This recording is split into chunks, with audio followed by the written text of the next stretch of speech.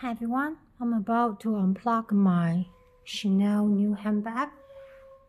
I bought this one about a week ago and was a bit hesitant to open it up. But I will be traveling very soon and it would be a good idea to open it up now. The first thing you can notice is like how careful it was being packaged. There's also like a flower on the other side of the bag, which is really charming. And now I'm going to take this out. So lots of ribbons around, as you can see.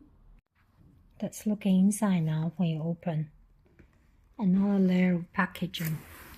I feel it's a bit like the Japanese way of doing it. So lots of layer of packaging, as you can see. When I open it up, there are more paper wrap around. So when I open the first round of wrap, there's another one. And of course there's a bag help me to kind of do the maintenance, which is expected. This is the actual handbag itself. I'm getting there. The part really attracts me is this part of the Chanel logo on the top, and that really stands out. And then here's like the standard bits, you can see. And if you look at inside, this is what it's like.